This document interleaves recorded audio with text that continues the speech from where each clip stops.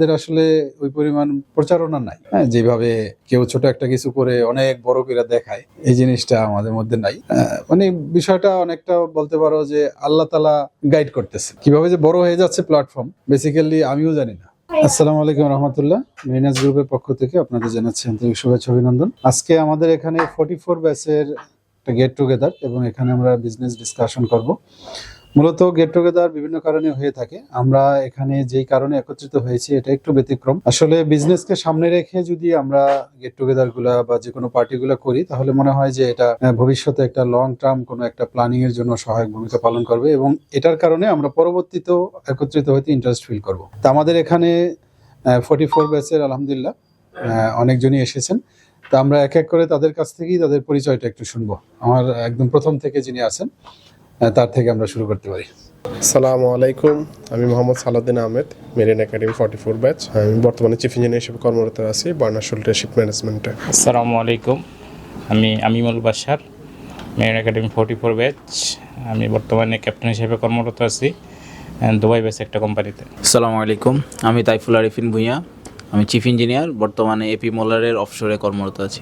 আসসালামু আলাইকুম, আমি Nurul Hasan, marine academy 44 batch.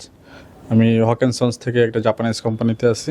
আসসালামু আলাইকুম, আমি ফখরুল হোসাইন, মেরিন একাডেমির 44 ব্যাচ, বর্তমানে সান্তোকু সেনপাকু কোম্পানিতে সেকেন্ড ইয়ার হিসেবে আছি। আসসালামু আলাইকুম, আমি আব্দুর রহমান পাটোয়ারি, 44 ব্যাচ, বর্তমানে চিফ ইঞ্জিনিয়ার হিসেবে এপি মোলার গ্রুপের অফশোরে কর্মরত আছি। আসলে 44 ব্যাচে আমাদের সাথে সর্বপ্রথম যুক্ত হন হলো সাজ্জাদ। হ্যাঁ, সাজ্জাদ যদিও এখন শিপে আছে, এবং সাজ্জাদের এই যুক্ত হওয়াটা আসলে একটু অন্য ধরনের ছিল। মানে আল্লাহ তাআলা বলতে গেলে মানে সাজ্জাদকে এখানে গাইড করে আনছে। আমি কিন্তু সাজ্জাদকে এভাবে চিন্তামও না আগে। তো ও আমাদের মেরিনাস গ্রুপ সম্পর্কে জানতো, কিন্তু ও কিভাবে যোগাযোগ করবে সেই সোর্স পাইতেছিল না। তো আমরা এই কাকরাইলে আমাদের একটা জোর ছিল, তো ওখানে অনেকে আসছিলেন, সালাউদ্দিন স্যার আছেন, বাবু স্যার। তো আমরা গেছি, যাওয়ার পরে খাইতে বসছি, তো ওখানে বিভিন্ন আলাপ আলোচনা হয়েছে। পরে কেমনে কেমনে যেন ও শুনছে যে শাহিম স্যার তো গ্রুপের সাথে আস। তখন যেমন এক কথা দুই কথায় ওর সাথে আলাপ আলোচনা হলো, বলে স্যার আমি তো খুঁজতেছি এটার ব্যাপারে ডিটেল জানার জন্য। তো আমি অফিসে ইনভাইট করলাম ওকে, ওখানে কিছু বললাম।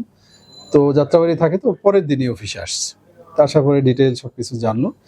জানার পরে বলতেছে যে স্যার আমি তো আগে থেকে এমনি জানি, এরপরে আরো ভালো লাগলো, আমি ইস্তেখারা করি, ইস্তেখারা করে এরপরে স্যার আমি জানাবো। তো পরে ও 7 দিনের মতো টাইম নিল। হ্যাঁ, মানে মোটামুটি একটু সিরিয়াসলি ও নিছে বিষয়টা।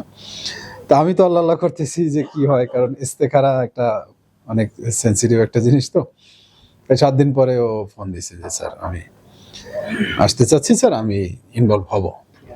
তো পরে আমি বললাম যে তোমার ইস্তেখারার রেজাল্ট কি? বলতে স্যার ইস্তেখারার রেজাল্ট পজিটিভ। হ্যাঁ, কিন্তু আমি স্যার মানে ইনভলভমেন্ট কিভাবে হবে ওইটা বলতেছিল। আমি আর করি না, বলছি তুমি আইসা আগে ইনভলভ হও, কারণ ইস্তেখারার রেজাল্ট পজিটিভ হওয়া মানে কি, হ্যাঁ আল্লাহ তাআলার পক্ষ থেকে সে একটা পজিটিভ ইন্ডিকেশন পাইছে। তা আমি এটা শুনে আমি খুশি হয়ে গেছি, তুমি আগে ইনভলভ হও, টাকা পয়সা কেমনে দেবো এটা পরে পাওয়া যাবে। যাক আলহামদুলিল্লাহ, এরপরে ও ইনভলভ হয়। ইনভলভ হওয়ার পরে থেকেই ও মানে এমন ভাবে নিছে এই কোম্পানিটাকে, মানে ও কোথাও যদি আর কোনো কিছু করার এতটুকু পরিমাণ সুযোগ থাকে, আমি দেখছি ও কখনো মিস করে নেই। হ্যাঁ, এবং এই যে গেট টুগেদার জন্য কিন্তু ও শিপে বৈশাও কিন্তু মনে হয় সবাইকে ইনভাইট করতেছে, অনেককে জানাইতেছে, এমনকি ওর ব্যাচমেট একজনকেও বলছে। তা ও যেমন আসতে পারবে না, কিন্তু এটা সাজ্জাদকেও বলতেই লজ্জা পাইতেছিল। পরে আমাদের অ্যাডমিনে ফোন করে বলছে যে ও তো মন খারাপ করবো, তা আমি আসলে আসতে পারবো না, ওই ফ্যামিলি কি একটা ইস্যু হয়েছে। পরে আমাকে বললো, আমি না সমস্যা নেই। তো এই হলো মানে 44 ব্যাচের শুরু আর কি। হ্যাঁ, তার পরবর্তীতে আস্তে আস্তে আসলো, আলিমুজ্জামান আসলো, ফয়সাল আসলো।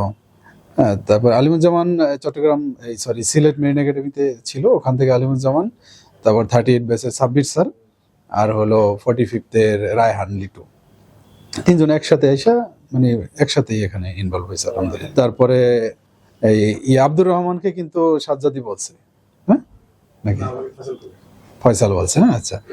তো আব্দুর রহমান ইনভলভ হলো। তো আব্দুর রহমান ইনভলভ হওয়ার পরে আমি মনে করি মানে সাজ্জাদ যেরকম দেখা গেছে শুধুমাত্র মানে টাকা পয়সা দিয়ে ইনভলভমেন্ট না, পাশাপাশি আরো যে পাশে থাকা, সাহস যোগানো, দেখা গেছে মাঝে মাঝেই সাজ্জাদ মেসেজ দিত, স্যার আমরা আছি, আল্লাহ ভরসা, আপনি আগাই যান। কারণ ও তো টুকটাক ব্যবসা করছে আমি জানি, তো ও জানে পেইনটা কি। তো মাঝে মাঝে এই ধরনের কিছু মেসেজ পাঠাইতো। তো এই সমস্ত মেসেজগুলা, এই ধৈর্যের বাণীগুলা, এগুলা কিন্তু অনেক কাজ করে। এরপরে আব্দুর রহমানকে পাওয়ার পরে আলহামদুলিল্লাহ আব্দুর রহমানও তো পুরো অ্যাক্টিভলি তোমার আমাদের সাথে ইনভলভ হয়ে গেছে। এই হলো 44 ব্যাচের আমাদের গ্রুপের সাথে সূচনা। 45, 46ও সেম। ওদের ওই যে তাইফুর আসছে প্রথম 46 থেকে, ওর মাধ্যমে আসলো নাজিম, এই নাজিমের মাধ্যমে আসলো ওর 45 ব্যাচ। 45, 46-এরই মনে হয় আমাদের সাথে 30+। 44ও এখন অনেকেই আলহামদুলিল্লাহ করতেছে। এইভাবে আস্তে আস্তে আসতেছে। আমাদের আসলে ওই পরিমাণ প্রচারণা নাই, হ্যাঁ, যেভাবে কেউ ছোট একটা কিছু করে অনেক বড় করে দেখায়, এই জিনিসটা আমাদের মধ্যে নাই। মানে বিষয়টা অনেকটা বলতে পারো যে আল্লাহ তাআলা গাইড করতেছেন। কিভাবে যে বড় হয়ে যাচ্ছে প্ল্যাটফর্ম, বেসিক্যালি আমিও জানি না, হ্যাঁ, কিন্তু আল্লাহ করে দিতেছেন। এই আর কি তোমাদের ব্যাচের সূচনা। Mariners Group, a business revolution for the mariners community.